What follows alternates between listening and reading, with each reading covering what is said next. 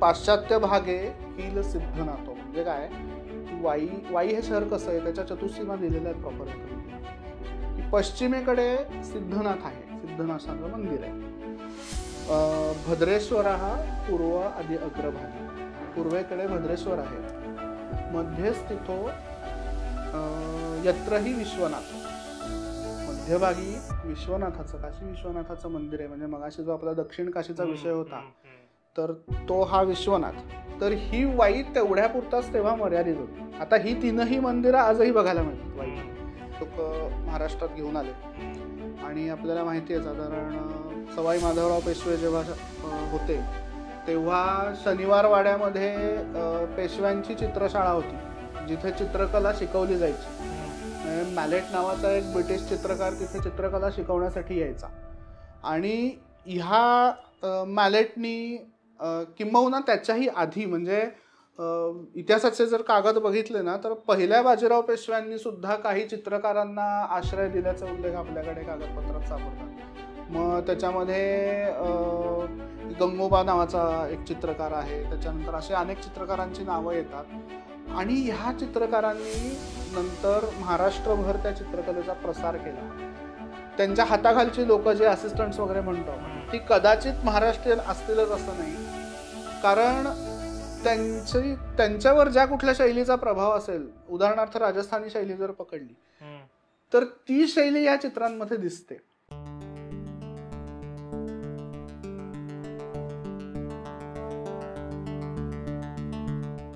तर आतापर्यंत आपण महाराजांच्या काळात वाई कसं होतं आणि काय काय घटना घडल्या वाईमध्ये त्या सगळ्या आपण गप्पा मारल्या त्याच्याबद्दल.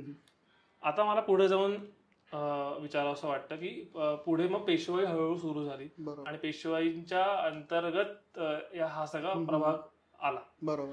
तर मग पेशव्यांनी आणि मध्यंतरी तुम्ही जे सरदार रास्त्यांचं उदाहरण दिलं होतं, तर पेशव्यांनी आणि सरदार रास्त्यांनी वाईसाठी काय केलं किंवा त्यांच्यामुळे वाईवर काय प्रभाव पडला? नंतर कसं झालं, साधारण औरंगजेब जसा मेला महाराष्ट्रात, तसं त्याच्यानंतर छत्रपती शाहू महाराज हे साताऱ्याच्या गादीवर आले. आपल्याला माहिती आहे की ती सगळी वारणेचा तह झाला मोठा, त्याच्यामध्ये कोल्हापूरची गादी वेगळी झाली, साताऱ्याची गादी वेगळी झाली. बाळाजी विश्वनाथ पेशव्यांचा त्याच्यामध्ये सहभाग होता. आणि सातारच्या गादीवर मग छत्रपती शाहू महाराज तेव्हा होते. आणि मी जो मगाशी वाईचा कोट म्हणलं, तर साधारण 1723-24च्या आसपासची ही गोष्ट आहे की शाहू महाराजांच्या लक्षात आलं की आता परकीय आक्रमण होत नाहीये फारशी, कारण तो सगळा भाग स्वराज्यामध्ये आलेला होता, वाई सकट सातारापर्यंत, अगदी पुढं थोडं कराड बाजूला जरी गेला पण तरी. तर आता काही या कोटाची तशी गरज नाहीये, म्हणून त्या कोटाचा जो शिल्लक भाग होता तो पाडून टाकण्यात आला.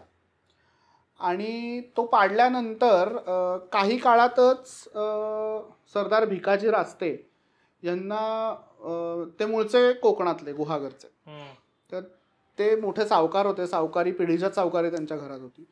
आणि त्यांना सरदार रास्त्यांना वाईची जहागिरी शाहू महाराजांनी दिली. आणि वाई आणि बागलकोट कर्नाटकातलं हे दोन प्रांत भिकाजी रास्त्यांकडे होते. आणि भिकाजी रास्ते पूर्णपणे वाईमध्ये येऊन स्थायिक झाले. तर भिकाजी रास्त्यांची जी मुलं होती नंतरची, मल्हारराव, आनंदराव, गंगाधरराव, गणपतराव रास्ते, माधवराव रास्ते एक होते, आणि गोपिकाबाई. गोपिकाबाई म्हणजे नानासाहेब पेशव्यांच्या पत्नी. तर हे सगळी मंडळी वाईमध्ये आली. मोहिमा चालू होत्या, इतर लढाया सुरू होत्या. पण आता कसं झालं होतं, युद्धक्षेत्र बदललेली होती. स्वराज्यामध्ये सगळा भाग आल्यामुळे तसं बघायला गेलं तर वाई वगैरे ह्या भागाला फारसा धोका नव्हता शत्रूपासून, कारण हा सगळा भाग शाहू महाराज असतील किंवा पेशवे असतील यांनी प्रोटेक्ट केलेला होता, अगदी पुण्यापर्यंत किंवा पुण्याच्या पुढे सुद्धा.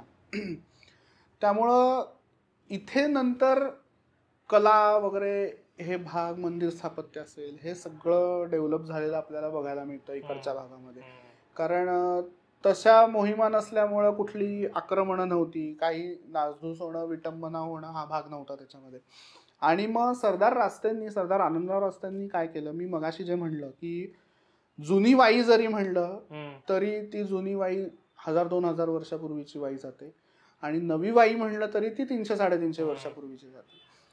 वाईचा जो आत्ताचा भाग आहे, म्हणजे एक जुनं पत्र आहे, बाळशास्त्री कानडे नावाचे एक वाईतले व्यक्ती होते, त्यांनी रामचंद्र पंत अमात्यांना 1690-95च्या आसपास लिहिलेलं हे पत्र आहे. ती ऍक्च्युअली ती कविता आहे संस्कृत मधली, पण त्याच्यामध्ये उल्लेख असा आहे की पाश्चात्य भागे किल सिद्धनाथो, म्हणजे काय, वाई हे शहर कसं आहे त्याच्या चतुःसीमा दिलेल्या आहेत प्रॉपर या कवितेमध्ये, की पश्चिमेकडे सिद्धनाथ आहे, सिद्धनाथाचं मंदिर आहे, भद्रेश्वर हा पूर्व आदी अग्रभागी, पूर्वेकडे भद्रेश्वर आहे, मध्ये स्थितो यत्रही विश्वनाथो, मध्यभागी विश्वनाथाचं, काशी विश्वनाथाचं मंदिर आहे, म्हणजे मगाशी जो आपला दक्षिण काशीचा विषय होता तर तो हा विश्वनाथ. तर ही वाई तेवढ्यापुरताच तेव्हा मर्यादित होती. आता ही तीनही मंदिरं आजही बघायला मिळतात वाईमध्ये. तर सरदार आनंदराव रास्तेंनी एक शक्कर बीबीचा बाग नावाची जागा होती, बाग होती ती, काही ओसाड भाग होता, काही ठिकाणी शेती होती. तर शक्कर बीबी काझी नावाची ती स्त्री होती, तिला कर्ज खूप झालेलं होतं आणि तिला कर्ज फेडणं अशक्य होतं, म्हणून तिने रास्तेंना विनंती केली की मला ही जागा माझी विकायची आहे, आणि ती रास्तेंना तसंही डेव्हलपमेंट करायच्याच होत्या वाईमध्ये, म्हणून हा शक्कर बीबीची बाग विकत घेतली आनंदराव रास्तेने. त्याचं खरेदी खत आपल्याकडे उपलब्ध आहे, खरेदी पत्र किती रुपयाला विकत घेतली, मग त्याच्या पुन्हा चतुःसीमा वेगळ्या आहेत की वेशी कुठल्या त्या बागेच्या आजूबाजूच्या वगैरे. तर ती जागा विकत घेतली आणि त्याच्यानंतर सरदार रास्तेंनी निरनिराळ्या पेठा वसवायला वाईमध्ये सुरुवात केली. म्हणजे आत्ताची वाईतली बघितलं धर्मपुरी पेठ असेल, गणपती आळी आहे, गंगापुरी आहे. आता गंगापुरीचं जर बघितलं तर पुण्याची रास्तापेठ ती सुद्धा सरदार रास्तेंनीच वसवलेली, आणि वाईतली गंगापुरी ह्याचे नकाशे सेम आहेत, कारण दोन्ही पेठा एकाच कालखंडामध्ये वसवलेल्या गेलेल्या आहेत आणि एकाच व्यक्तीने वसवलेल्या आहेत, त्यामुळं त्यांची रचना साधारणपणे सेम बघायला मिळते आपल्याला. तर या पेठा सगळ्या सरदार रास्तेंनी वसवल्या. वेदपाठशाळेचा, वेदाध्ययनाचा किंवा वाईला एवढा मोठा वारसा होता तो रास्तेंनी कॅरी फॉरवर्ड केला. वाईमध्ये अनेक वेदपाठशाळांना त्यांनी प्रोत्साहन दिलं, नवीन वेदपाठशाळा काढल्या, आणि सरदार रास्ते जेव्हा होते तेव्हा त्यांची काही नातेवाईक मंडळी असतील किंवा आश्रित लोक त्यावेळेस बरेच असायचे, तर ही सगळी मंडळी एक एक करून वाईमध्ये येऊन स्थायिक होऊ लागली आणि त्यांनी आपले वाडेहुडे बांधायला सुरुवात केली, किंवा त्यांनी काही त्यांच्या पूर्वजांच्या स्मरणार्थ काही मंदिरं बांधली वाईमध्ये, आणि अशा पद्धतीने तो सगळा वाईचा आकार, क्षेत्रफळ एकंदरीत वाढत गेलं. आणि आत्ताचं जे वाई आपल्याला बघायला, आता नंतरच्या काळात ते अजून वाढलं ऑफकोर्स, पण आत्ताचं जे वाई, मेन वाई सिटी ज्याला म्हणतो आपण, गावभाग बघायला मिळतो, हा सगळा सरदार रास्तेंच्या काळात 1730-1740 पर्यंत वाढलेला आपल्याला बघायला मिळतो. अगदीच. याच काळात काही नवीन मंदिरं बांधण्यात आली का? नवीन मंदिरांची खूप ह्याच्यामध्ये बांधणी झाली. वाईचं ढोल्या गणपतीचं मेन मंदिर स्थापत्य, आपण जेव्हा वाईत जातो तेव्हा वेगवेगळ्या प्रकारची मंदिरं बघायला मिळतात, वेगवेगळ्या काळातली मंदिरं बघायला मिळतात. तर आता ही जी मंदिरं आहेत ना, वाईतल्या मंदिरांना एक खूप मोठं बॅकिंग आहे, ते स्कंद पुराणाचं आहे. त्याच्यावरच्या दंतकथा पण काही काही मंदिरांच्या बाबतीत आहेत. आता वाईमध्ये एक, पुण्यात जसं शनिवारवाड्यापाशी बटाट्या मारुती आहे किंवा पोटसुळ्या मारुती आहे, तसं वाईमध्ये एक मढ्या मारुती नावाचा मारुती, अजूनही ते छोटीशी देवळी आहे, अजूनही ते मंदिर आहे. तर जे जुनं वाई मी मगाशी सांगितलं, तर या जुन्या वाईचं जे स्मशान होतं, हे स्मशान या मारुतीच्या मंदिराच्या थोडंसं तिथून पुढे गेल्यावर होतं. बरोबर. तर त्यामुळे या मारुतीला मढ्या मारुती नाव पडलेलं होतं. तर तो मढ्या मारुती अजूनही वाईमध्ये बघायला मिळतो. आणि तसं ही मंदिरं सरदार रास्तेंनीच सगळी बांधली अशी नाही, काही त्यांच्या नातेवाईकांनी बांधली, काही इतर त्यांचे आश्रित लोक होते जे कदाचित पुढे नंतर मोठे झाले, तर त्यांनी बांधली. त्याच्यामधलं मेन आपलं ढोल्या गणपतीचं मंदिर वाईचं प्रसिद्ध आहे. काशी विश्वेश्वराचं मंदिर पण लगेच तिथेच आहे. आणि हा जो काळ होता ना, हा काळ साधारणपणे वाईसाठीच फक्त असं नाही, पण मराठा साम्राज्यासाठी खूप भरभराटीचा काळ होता. कारण आपल्याला माहितीये, पार अगदी दिल्ली सुद्धा मराठ्यांनी ओव्हरपॉवर केलेलं होतं दिल्लीला. त्यामुळे मराठी फौजा ही मराठी सरदार मंडळी सगळी त्यांचा भारतभर संचार होता. त्यामुळे या लोकांनी राजस्थान असेल, गुजरात असेल किंवा उत्तरेकडचे काही प्रदेश असतील, मध्य प्रदेश असतील, इथली कला बघितली. ती कला, तिथले कलाकार त्यांनी वाईमध्ये आणले. त्यांना त्यांनी प्रोत्साहन दिलं, त्यांना फंडिंग पुरवलं. कारण कला कुठलीही डेव्हलप होते म्हणजे त्याच्यामध्ये पहिली गोष्ट फंडिंगची येते. त्यामुळे त्यांना फंडिंग पुरवलं आणि हे वेगवेगळ्या मंदिरांचं स्थापत्य वाईमध्ये जे नंतर निर्माण झालं ते बघायला मिळतं. अजूनही 200हून अधिक मंदिरं वाईमध्ये आहेत. आणि मी जे म्हणलं की ह्याला सगळ्यात मोठं बॅकिंग होतं हे स्कंद पुराणाचं. ते का होतं तर स्कंद पुराणामध्ये अनेक कुंडांची वर्णन आहेत. कुंड म्हणजे काय की नदीच्या काठावर एक पाण्याचा, जिवंत पाण्याचा सोर्स त्याला म्हणता येईल आपल्याला. तर ही कुंड का होती तर आता आपण समजा एखाद्या गावी गेलो, नवीन नवख्या गावी, मला पाणी प्यायचंय तर मी मिनरल वॉटरची बाटली विकत घेतो आणि पाणी पितो. पूर्वीच्या काळी हा मिनरल वॉटर वगैरे काही प्रकार नाही. मग एखादा समजा नवखा प्रवासी त्या गावामध्ये आला तर त्याला पिण्याचा पाण्याचा सोर्स कुठं आहे हे कसं कळणार. तर पिण्याचे पाण्याचे सोर्सेस म्हणजे ही कुंड आहेत. आणि मग ते लक्षात कसं येणार तर मग तिथे बाबा एखादं शंकराचं मंदिर बांधलं, विष्णूचं मंदिर बांधलं, तर हे टॅगिंग आहेत थोडक्यात. त्या पिण्याच्या पाण्याची टॅगिंग आहेत की त्या कुंडापाशी की बाबा इथे मला पिण्याचं पाणी अवेलेबल होऊ शकतं. तर अशी अनेक मंदिरं वाईमध्ये बघायला मिळतात. की आता त्रिशूलेश्वराचं एक मंदिर वाईमध्ये आहे.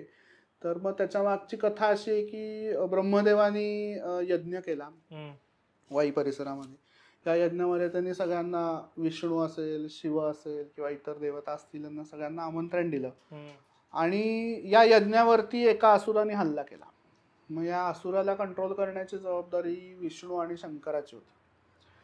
तर शंकराने आपला त्रिशूळ असुराच्या दिशेने फेकला. तो त्रिशूळ ज्या ठिकाणापासून फेकला त्या ठिकाणाचं नाव त्रिशूलेश्वर तीर्थ. अच्छा. मग तिथे त्रिशूलेश्वराचं मंदिर बांधलं नंतरच्या काळात. त्रिशूलेश्वर तीर्थ हा उल्लेख 7व्या-8व्या शतकातला आहे. पण त्रिशूलेश्वर मंदिराचं बांधकाम अगदी 17व्या शतकाच्या शेवटी झालेलं आहे. तर आजही त्या मंदिरात जाऊन बघितलं तर 3 शिवलिंग एका गर्भगृहामध्ये बघायला मिळतात. कारण ते त्या त्रिशूळाचं प्रतीक आहे. अच्छा. मग त्या त्रिशूळाच्या हल्ल्याने सुद्धा तो असुर वाचला. कारण त्यांनी कृष्णा नदीत उडी मारली आणि तो दुसरीकडच्या बाजूला बाहेर निघाला. मग आता त्याला कसं मारायचं म्हणून शंकर आणि विष्णू थोडेसे पुढे गेले. विष्णूच्या हातातलं चक्र शंकराने घेतलं आणि शंकराने त्या चक्राने त्या असुराचा वध केला. मग ज्या क्षणी चक्राने असुराचा वध झाला ते चक्रेश्वर तीर्थ. मग ते चक्रेश्वराचं मंदिर आजही बघायला मिळतं. त्या मंदिराचं नाव शंकराचंच मंदिर आहे ते, आणि त्याचं चक्रेश्वर असं नाव त्या मंदिराला मिळालेलं आहे. काही मंदिरं अशी आहेत की ती एखाद्याच्या स्मरणार्थ बांधलेली आहेत. की समजा एखाद्या मोहिमेमध्ये, लढाईमध्ये कोणी त्या कुटुंबातलं व्यक्ती धारातीर्थी पडलेला असेल तर त्यांच्या स्मरणार्थ बांधलेली काही मंदिरं आहेत. आणि अशी 200 ते 225 मंदिरं वाईमध्ये आज बघायला मिळतात. पण ही बरीचशी मंदिरं नंतरच्या काळात 17व्या-18व्या शतकामध्ये बांधलेली आहेत. जुनी मंदिरं खूप कमी आहेत. पण नंतरची मंदिरं, आणि प्रत्येक मंदिराचं स्थापत्य वेगळं आहे.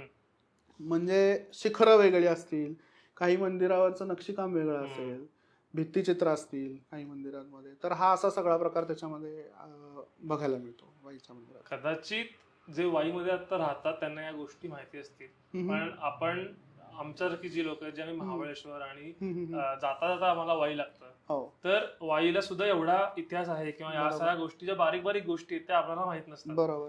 तर या आज मला काही गोष्टी नव्याने कळाल्या की ज्या मंदिरांच्या मागच्या स्टोरीज आहेत, मग त्या कदाचित कुठल्या तरी पुराणांमध्ये असतील, काही ऐतिहासिक पुरावे असतील, त्या आज मला नवीन कळल्या आणि मला वाटतं आपल्या मित्रांना पण नव्याने कळल्या असणार आहेत. एकच आता गोष्ट राहिली आहे ती म्हणजे भित्ती चित्रांचा तुम्ही आता उल्लेख केला. तर आतापर्यंत आपण सगळ्या गोष्टी म्हणजे वाईचं आर्किटेक्चर, वाईचा इतिहास, भौगोलिकरित्या वाई, या सगळ्या गोष्टी आपण आता बघितल्या. तर आता याच पुढे जाऊन वाई मध्ये असलेली भित्तिचित्र वेगवेगळ्या ठिकाणी, मी आता तुम्हीच दिलेलं पुस्तक वाचत होतो, तर तुम्हीच सांगा की त्याच्या माग काय म्हणजे पॉइंट होता की करण्यामागे आणि कसं ते घडत गेलं.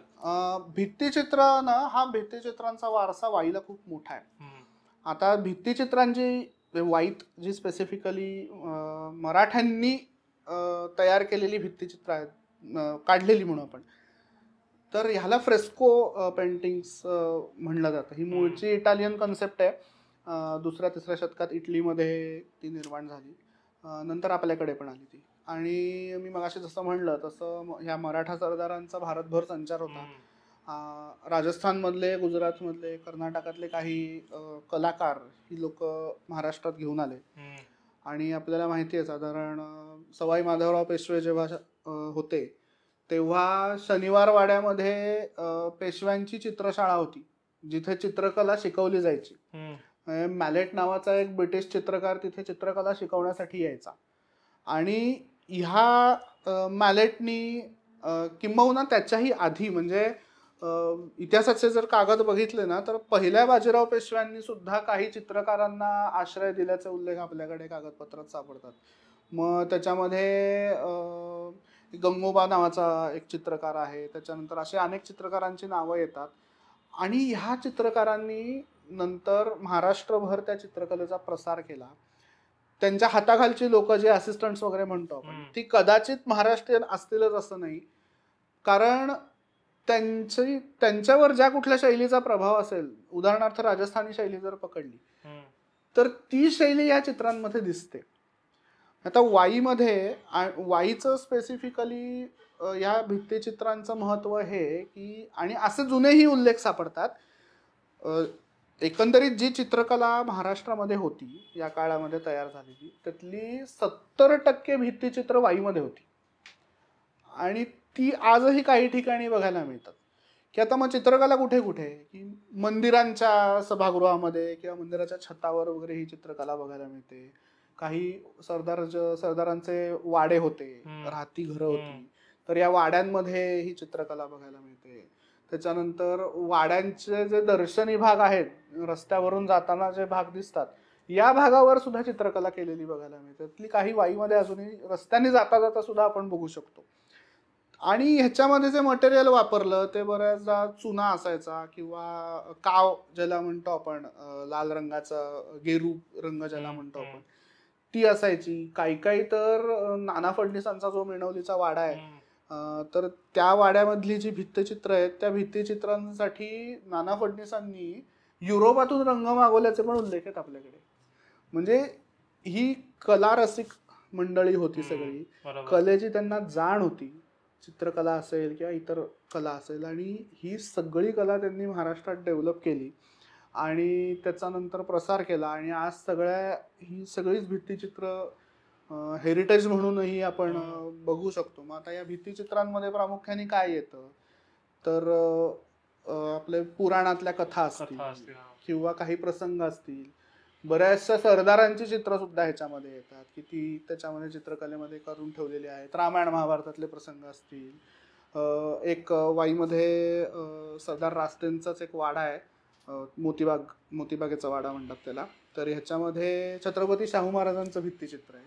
म्हणजे जे मूळ भित्तिचित्र आपण बघतो हातामध्ये त्यांच्या ससाणा असलेलं, तर ते मूळचं आहेच आहे. आणि त्याच चित्राचं एक रेप्लिका म्हणू आपण, तर ती वाईमध्ये बघायला मिळते. तर हे शाहू महाराजांचं चित्र तिथे बघायला मिळतं. कृष्णलीलेच्या काही चित्रकला त्याच्यामध्ये आहे. फुलदाण्या बरीचशी, आता मराठाकालीन फुलदाणी, विशेषतः खिडक्या जुन्या असायच्या, त्या खिडक्यांच्या कडेला ही चित्र काढलेली असतात. बरोबर. तर या फुलदाण्या वेगवेगळ्या प्रकारच्या मिळतात. किंवा आता एका वाड्यामध्ये तर वाईच्या तिथे परशुरामाचं चित्र आहे. परशुराम आणि सहस्त्रार्जुन त्यांचं जे युद्ध आहे, त्या युद्धाचा प्रसंग तिथं त्यांनी चित्रकला केलेली आहे.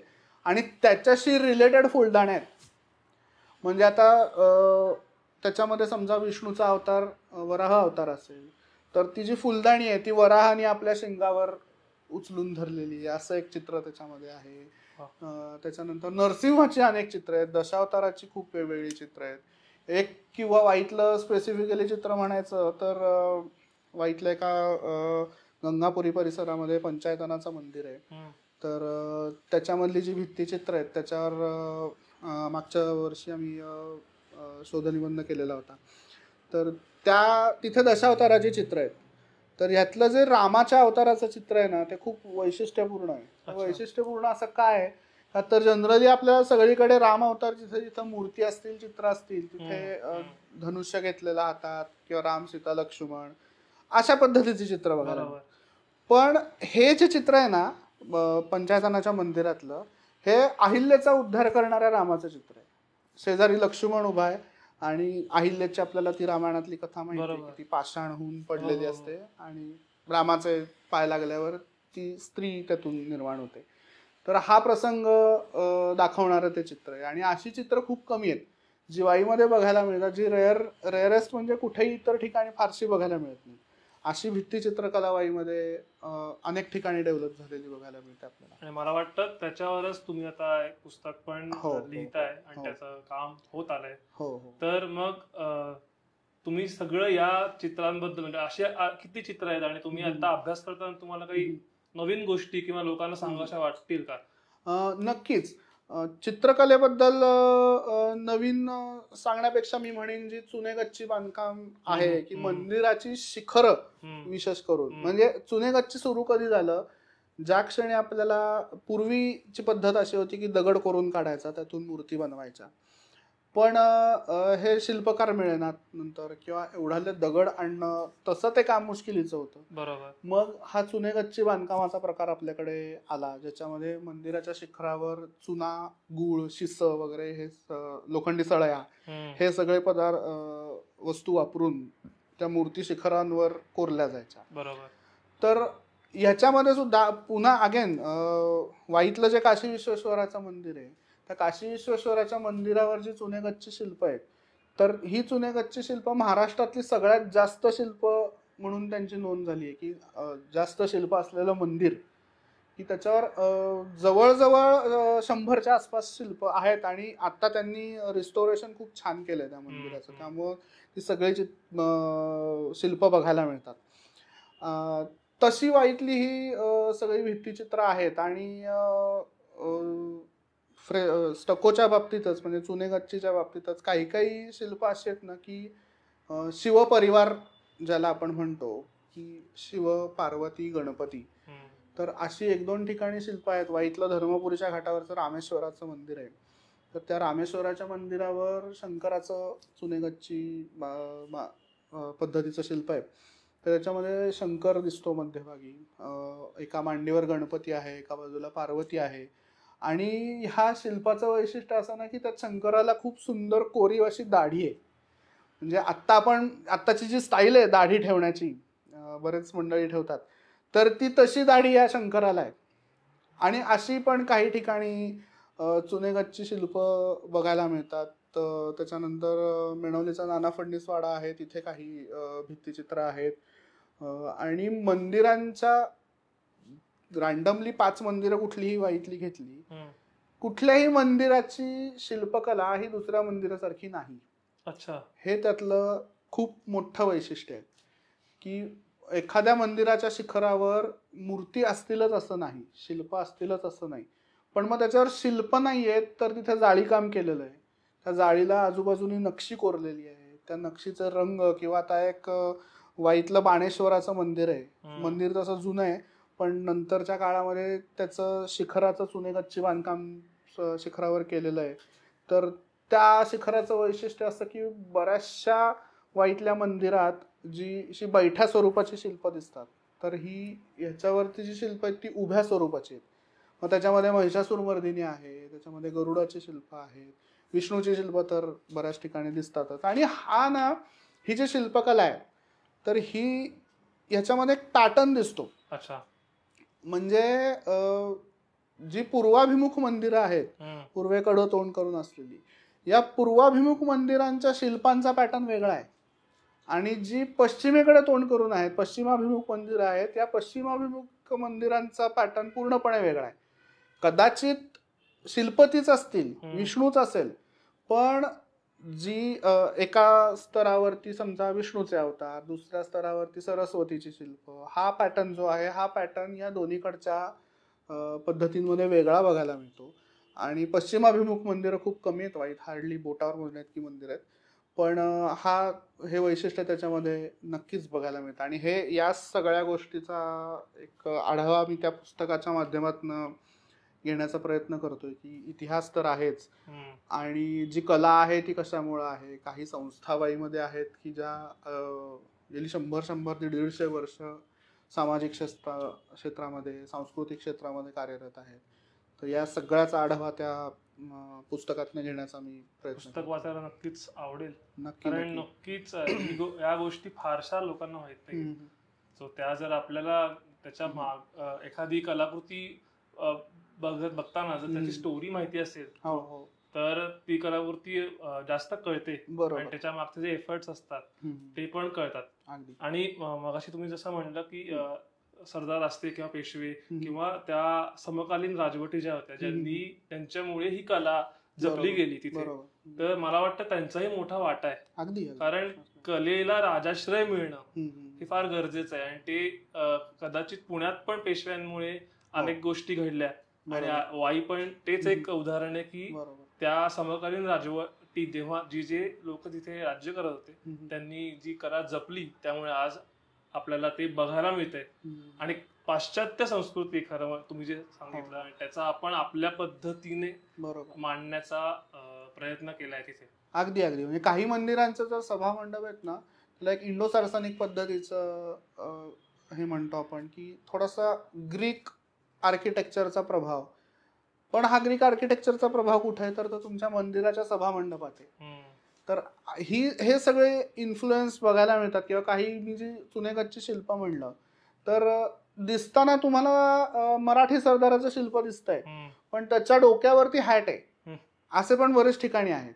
तर तेव्हा नाही म्हणलं तरी आपण पाश्चिमात्य या सत्ता, ब्रिटिश असतील, फ्रेंच असतील, ही लोक आपल्याकडे यायला लागलेली होती आणि त्यामुळे त्यांचा हा थोडासा प्रभाव तिथे बघायला मिळतो या कलेवर. अगदीच अगदीच नक्कीच बघायला मिळतो. आता ऐतिहासिक रित्या आपण सगळ्या गोष्टी बघितल्या आणि वाईला प्रचंड वारसा मिळालाय. मग ते कलेचा असू दे किंवा बाकीच्या कुठल्याही गोष्टींचा असू दे, धार्मिक रित्या पण खूप महत्वाचं शहर आता ते बनलेलं आहे. आता आपण शेवटला आलोय की शूटिंग प्रमाण खूप वाढले. बरोबर. दुसरी गोष्ट पर्यटनाच्या दृष्टीने बघितलं गेलं तर खूप गर्दी होते. बरोबर. आपण युट्यूबवर अनेक व्हिडिओज बघतो आणि ते बघून आपल्यालाही बघायचं आहे या ह्याने लोक तिथे गर्दी करतात. ते खरं आहे की नाही मला माहित नाही, पण जो पुण्यातनं आपण वाईकडे जाताना जो रस्ता आहे जिथे पूर्ण झाडं होती वडाची किंवा पिंपळाची, ती पण आता तोडण्यात येत आहेत किंवा रस्ता रुंदीकरणाच्या कामामुळे त्याला धक्का बसतोय, असं अनेक व्हिडिओज येत होते. तर आता डेव्हलपमेंट तर करण्याची गरज आहे, पण आपल्याला वारसा पण जपायचा आहे. बरोबर. तर ह्याचा समतोल आपण कसा घेऊ शकतो? अगदी खूप छान प्रश्न आहे हा. थोडासा आधी तो जो तुम्ही झाडांचा मुद्दा सांगितला त्याच्यावर थोडंसं सांगेन की प्रस्थापित तो प्लॅन होता की सुरूर पासून पुढे गेलेला जो रस्ता आहे त्याचं रुंदीकरण करायचं. असं लक्षात आलं की त्या रस्त्यावर जी झाडं आहेत ती जवळजवळ 200-300 वर्ष जुनी झाडं, वृक्ष आहेत म्हणजे. बरोबर. तर वाईतल्या अनेक संस्थांनी एकत्र येऊन, वाईतल्या नागरिकांनी एकत्र येऊन एक 2-3 महिन्यापूर्वीचीच ही गोष्ट आहे, त्याच्यावरती एक मोठं आंदोलन केलं. आणि आता करंट माहितीनुसार की तो प्लॅन सरकारने बदललाय की आता ती झाडं तिथली तोडणार नाहीयेत. झाडं प्रिझर्व करून आहे तिथे झाडं ठेवून म्हणा किंवा झाडांना हात न लागता जे रस्त्याचं रुंदीकरण कुठे कुठे काय काय करता येईल याविषयीची आता प्लॅनिंग त्यानुसार सुरू आहे. त्यामुळं ती झाडं आता तोडणार नाहीत, कारण त्याच्यावर झाडं तोडण्यावर पूर्णपणे सरकारनेच बंदी आणलेली आहे, कारण जुनी झाडं असल्यामुळं. आणि पर्यटनाचा जो विषय, इतके दिवस असं होतं की वाई म्हणजे कुठलं की महाबळेश्वरला जातानाच एक गाव. बरोबर. पण तुम्ही म्हणलात तसं बरेचसे शूटिंग झाल्यामुळे गर्दी वाढते आणि ह्याच्यामध्ये थोडंसं असं होऊ शकतं की हिचं हेरिटेज आहे, हा जो वारसा आहे याचं काही प्रमाणात नुकसान होऊ शकतं. तर त्याच्यावर तसं म्हणलं तर रिमेडीज खूप आहेत. काही बाबतीत असं होतं ना की तसं बघायला गेलं तर हा वारसा जपणं तितकं सोपं नाही, कारण अनेक फॅक्टर्स आहेत त्याच्यामध्ये, की फंडिंग खूप लागतं, खूप खर्चिक गोष्टी आहेत, जे त्या एखादी वास्तू असेल, मंदिर असेल, वाडा असेल, त्याचे मालक असतील किंवा तिथं राहणारी मंडळी असतील, तर त्यांच्या कपॅसिटीची ती गोष्ट असतेच असं नाही, असंही घडतं बऱ्याचदा. काही वेळेला त्याच्यावर तितकं त्या वारशाला तेवढं ते रूप इंटॅक्ट ठेवून नव्याने रिनोव्हेट करणारे कारागीर मिळतातच असं नाही, असाही एक फॅक्टर येतो.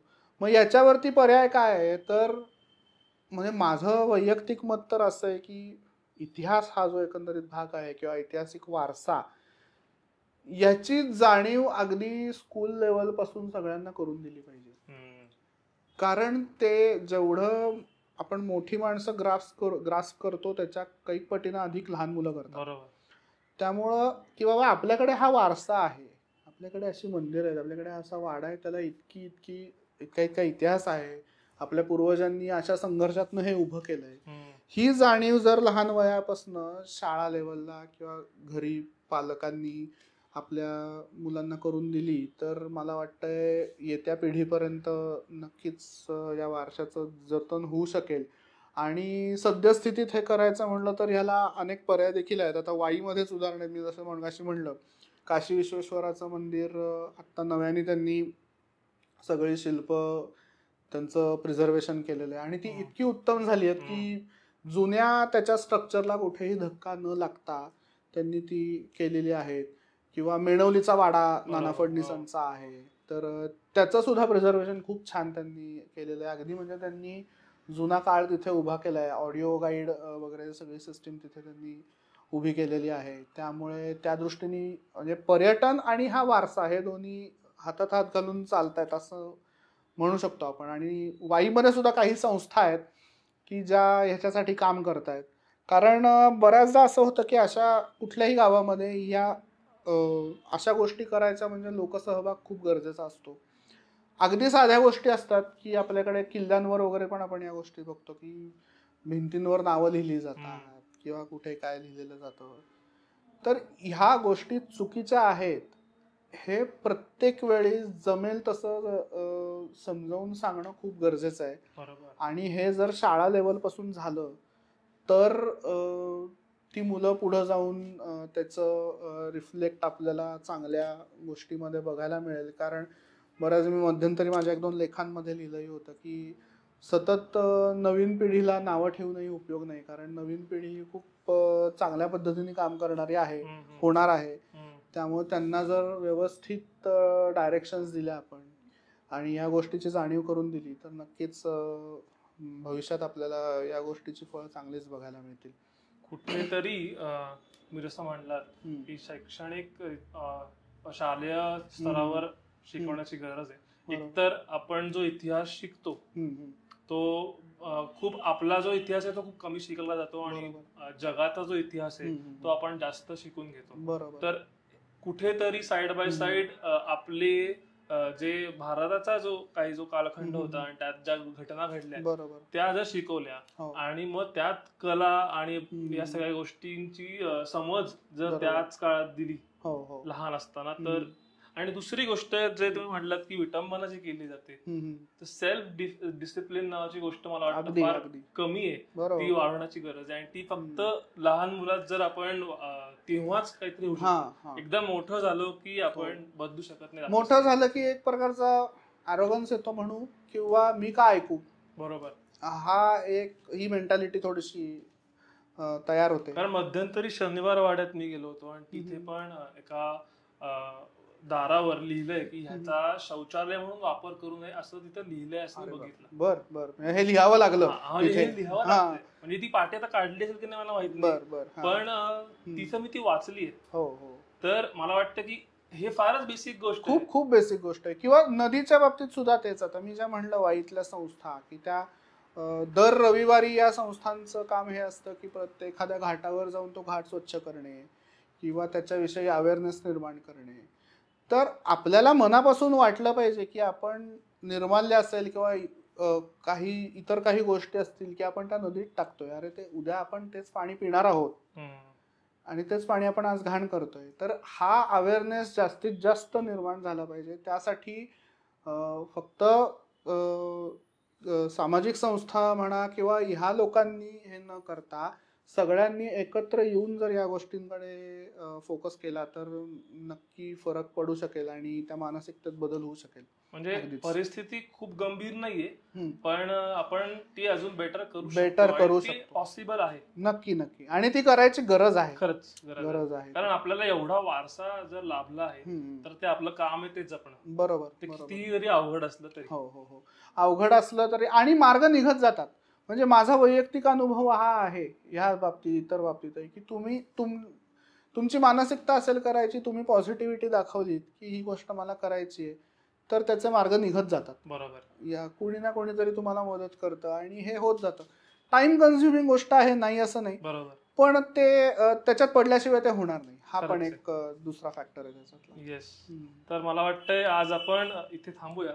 बरोबर. आणि आपण बऱ्याच गप्पा मारल्या, बऱ्याच विषय वाई शहर समजून घेण्यासाठी आपण बऱ्याच विषयांबद्दल गप्पा मारल्या. आणि मला वाटतं की आपल्या लोकांना सुद्धा बऱ्याच अँगल्सने वाई शहर दिसलं असेल. आणि जेव्हा जेव्हा आता ते पुढे जातील तेव्हा नक्कीच आपण जे आता गप्पा मारल्या त्याही लक्षात ठेवतील की आपली एक सामाजिक जबाबदारी तर ती आपण फॉलो केलीच पाहिजे. आणि आपल्या पुढच्या पिढींपर्यंत एक चांगला वारसा किंवा चांगले संस्कार दिले पाहिजे, ज्या कारणाने हा वारसा आपोआप जपला जाईल. तर मित्रांनो, आपण इथेच थांबूया आज.